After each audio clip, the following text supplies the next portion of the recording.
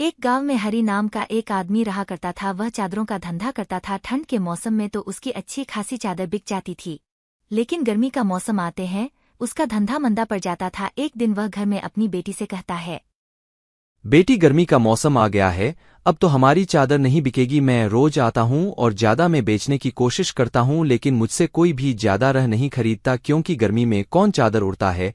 यह सुनकर उसके बेटी कहती है, पिताजी, अगर आपकी चादरें नहीं बिक रही है तो फिर आप चादर बेचने मत जाइए, घर पर ही रहेगी मेरे साथ। यह सुनकर अरे अपनी बेटी से कहता है, बेटी, अगर मैं घर पर रहने लगूंगा तो फिर हमारे घर पर खाना कैसे आएगा। यह कहकर हरी बाहर निकलता है।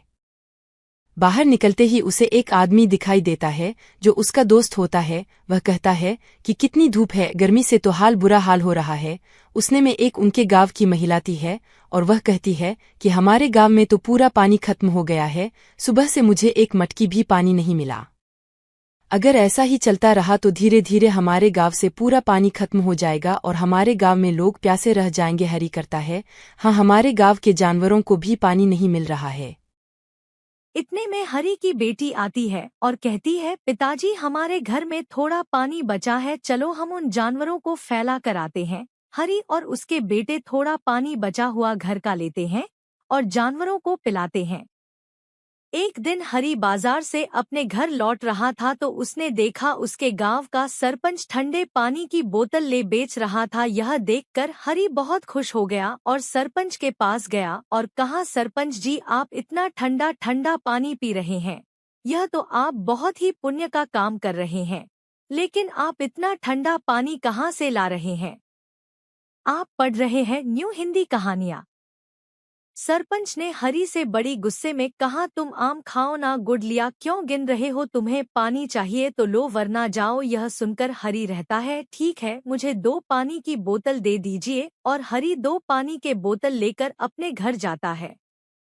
घर जाकर हरी का परिवार ठंडा ठंडा पानी पीता है। इतने में उसके गांव की एक महिला उसके घर आती है और कहती है कि वह पूरा परिवार ठंडा ठंडा पानी पी रहे हैं, क्या मुझे भी थोड़ा पानी मिलेगा? यह सुनकर हरी कहता है, हाँ, लो ना ठंडा पानी।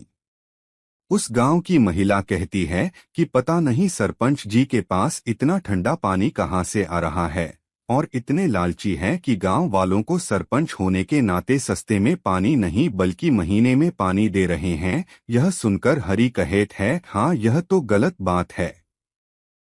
हरी कहता है कि सरपंच जी का धंधा अच्छा बढ़ गया है, शायद उन्हें कोई आदमी की जरूरत हो, इसीलिए मैं वह काम मांगने जा रहा हूँ, शायद मुझे कोई काम मिल जाए। और यह कहकर वह सरपंच जी के घर जाता है, लेकिन सरपंच और उसकी बीवी कुछ बात कर रही होती है। हरी उनकी बातें चुपके से सुनता है।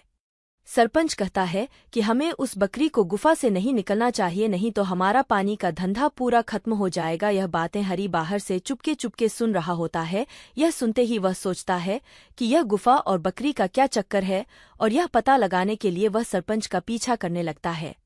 सरपंच खेत के रास्ते से नदी को पार कर एक गुफा में जाता है और गुफा में एक बकरी होती है जो ठंड की वजह से कांप रही होती है, लेकिन वह गुफा बर्फ के होती है। यह देखकर हरी चौंक जाता है और सरपंच कोई बकरी से कहता है कि मैं तुम्हें इस बर्फ की गुफा से नहीं निकाल लूंगा, वरना यह बर्फ की गुफा मिट्टी के गुफा बन जाएंगी।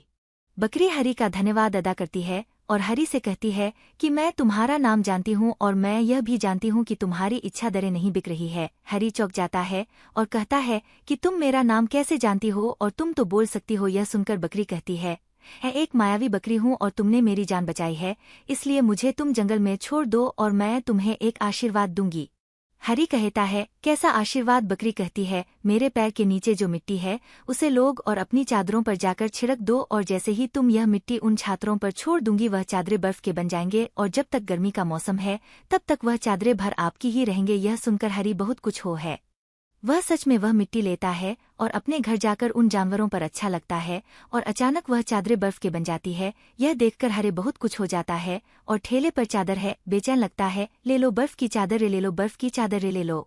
धीरे धीरे कर उसके यहाँ भीड़ उमड़ आती है और सभी बर्फ की चादर खरीद लेते हैं और हरी का खूब धंधा होता है और हरी उस बकरी का शुक्रगुजार रहता है।